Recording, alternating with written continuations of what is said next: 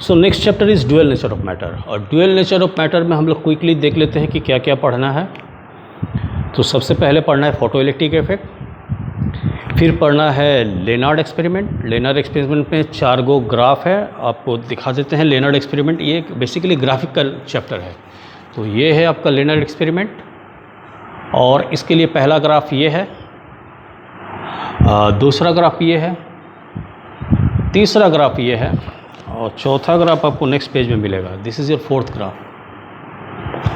तो Lennard experiment का चारों ग्राफ कर लीजिए। और क्या करेंगे, आइंस्टीन्स फोटोइलेक्ट्रिक इफेक्ट। आइंस्टीन ने 4 हिस्से में अपना थ्योरी दिया था, ठीक है।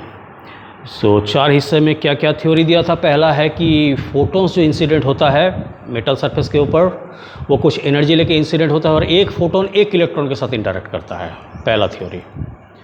दूसरा, इलेक्ट्रॉन्स जो है मेटल सरफेस में एक फोर्स से बंधा हुआ होता है, उस फोर्स का नाम है रिस्ट्रेनिंग फोर्स। फिर जो फोटोन इंसिडेंट होता है उसका पहला हिस्सा यूज्ड अप हो जाता है, आया एनर्जी लेके, तो कुछ हिस्सा यूज्ड अप हो जाता है उस इलेक्ट्रॉन्स को लूज़ करने में।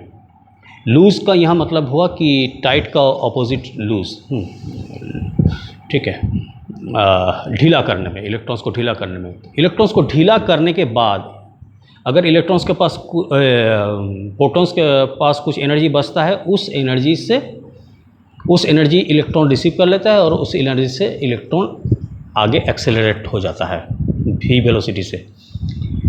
तो जिस वेलोसिटी से वो एक्सेलरेट करेगा तो इलेक्ट्रॉन्स का मास भी होगा, तो काइनेटिक एनर्जी होगा। तो that is kinetic energy is equal to energy of the photon incident minus work function.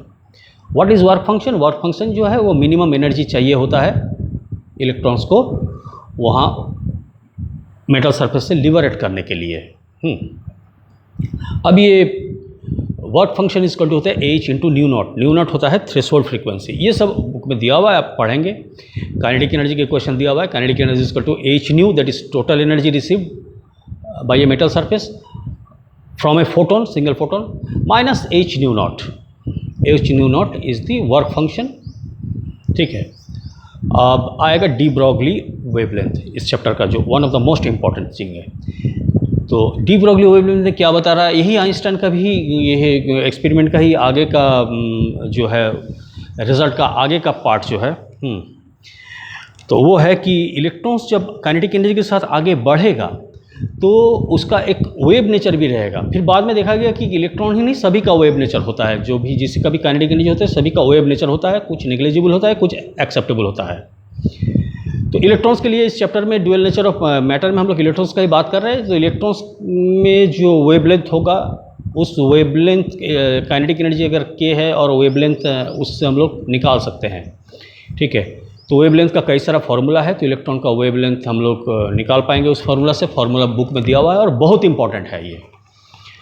और कभी कभी किसी पोटेंशियल के अंदर इलेक्ट्रॉन्स को एक्सेलरेट किया जाता है, तो that is called accelerating potential. और उस पोटेंशियल में अगर इलेक्ट्रॉन एक्सेलरेट हो रहा है, if v is the potential, तो इलेक्ट्रॉन्स का वेवलेंथ हो जाता है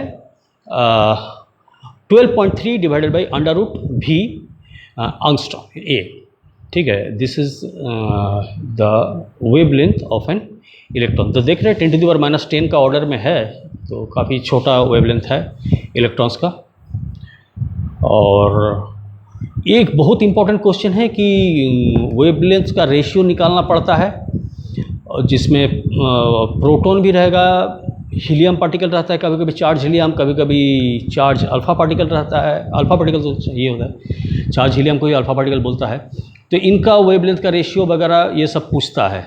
तो इसके लिए फिर हम लोग ये 12.3 डिवाइडेड बाई √v इंटू 10⁻², ये वाला फार्मूला हम यूज़ नहीं करेंगे। ये एक्सक्लूसिवली इलेक्ट्रॉन्स के लिए है। तो इलेक्ट्रॉन्स का वेवलेंथ इस फार्मूला से निकलता है 12.3 डिवाइडेड बाई √v।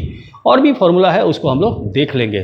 सो ये इतना तो मिनिमम करना ही है आपको ड्यूअल नेचर ऑफ मैटर में, ठीक है। तो इस चैप्टर में इतना ही।